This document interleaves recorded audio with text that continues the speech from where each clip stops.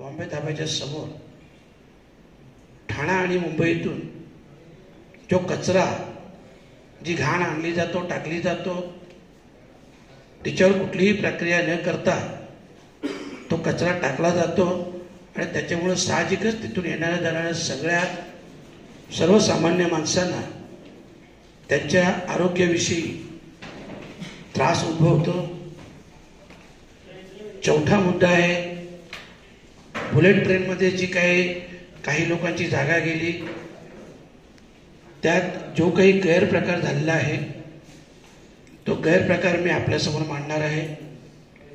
पाचवा मुद्दा आहे, मी अगोदर देखील बोललो होतो की मनोज म्हात्रे हत्याकांड जे झालं आणि या हत्याकांडाची पूर्ण चौकशी पुन्हा एकदा व्हावी अशा प्रकारची मागणी मी अगोदर देखील केली होती. परंतु तिथं देखील अजून कुठलाही पुढं कारवाई झालेली नाही. आणि सहावा आहे की भिवंडी तालुक्यातील गुंड सुजित पाटील ज्याच्यावर 14 गुन्हे आहेत आणि कुठल्याही प्रकारचं पोलीस कारवाई त्यांच्यावर होत नाही. अशा प्रकारचे 6 मुद्द्यांवर आज ही प्रेस कॉन्फरन्स बोललेली आहे. तर त्याच्यावर पहिल्यांदा मी खारेगाव ब्रिजचा जो विषय आहे त्या विषयावर बोलतो. साधारणतः 1/10/2024 रोजी जिल्हाधिकारी ठाणे यांना मी एक पत्र दिलं होतं. त्या पत्रात स्पष्टपणे नमूद केलं होतं ते कुठे ते तुम्हाला दाखवणार आहेत आणि त्याच्यावर पुढचं उत्तरही आलं नाही आणि कारवाई झालेली नाही. तर साधारणतः हे पत्र आहे. पहिलं 13 जूनला मी जिल्हाधिकाऱ्यांना पत्र दिलेलं आहे. त्याच्यानंतर 2 जुलैला पुन्हा एकदा पत्र दिलं.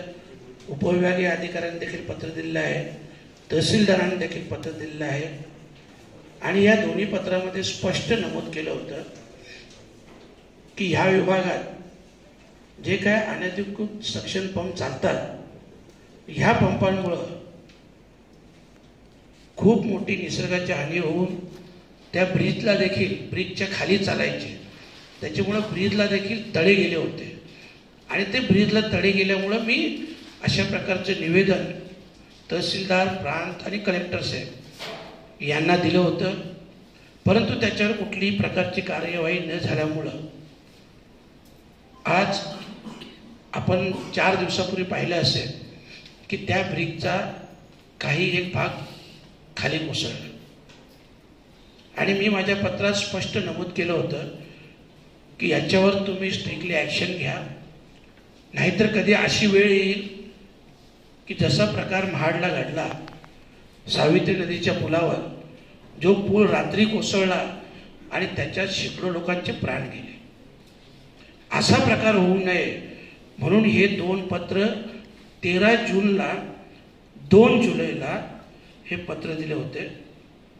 परंतु त्याच्यावर कुठल्याही प्रकारची कारवाई झाली नाही. त्याच्यानंतर तिसरं पत्र दिलं 1/10/2024 म्हणजे 1 ऑक्टोबर 2024. आणि हे सगळं स्पष्ट नमूद करून सुद्धा काही कार्यवाही न झाल्यामुळं काही भाग कोसळला. नशीब की तो ब्रिज कोसळला नाही, नाहीतर जसं मी बोललो सावित्री नदीची जी दुर्घटना घडली, तर तशा प्रकारच्या दुर्घटना घडली, तिला जबाबदार कोण असेल? हा विषय अनधिकृत सक्शन पंपचा आणि वाळू माफियांचा. दुसरा विषय आहे ड्रग्ज आणि अंमली पदार्थांविषयी. 5 ऑगस्ट 2024 आपण सगळे भिवंडीतील सुज्ञ पत्रकार इथे उपस्थित आहात. आपल्याला देखील कल्पना असेल 5 ऑगस्ट 2024 रोजी भिवंडी शहरातील नदीनाका परिसरातील निजामपूर पोलीस ठाणे हद्दीमध्ये गुजरात ATS मार्फत तब्बल 800 कोटींचा ट्रक जप्त झाला. ह्या गोष्टीला 5 महिने उलटून गेले आणि त्या संदर्भात दिनांक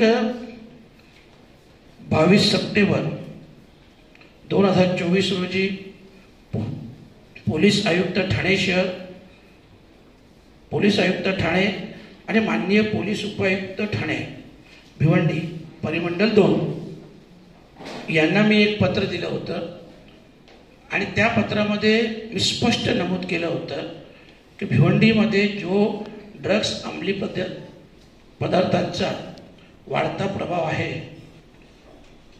या ड्रग्सच्या रॅकेटमागे एक भिवंडीतील मोठा नेता आणि त्याची 2 मुलं या ड्रग्स रॅकेटमध्ये आहेत, तर याची सखोल चौकशी व्हावी आणि कारवाई व्हावी. परंतु त्या पत्राला देखील कुठल्याही प्रकारचं उत्तर मिळालं नाही आणि त्या केसचं काय झालंय तुम्हीच मला सांगू शकता. कारण जर भिवंडीत 800 कोटीचा ड्रग्स पकडला तर भिवंडीतील किती लोक त्याच्यात इन्व्हॉल्व असतील. आणि मी स्पष्ट नमूद केलं होतं की एक मोठा नेता आणि त्याची 2 मुलं ज्यांनी ड्रग्स कामासाठी पोरं देखील कामाला ठेवलेले आहेत, असं मी पत्रात स्पष्ट नमूद केलं होतं.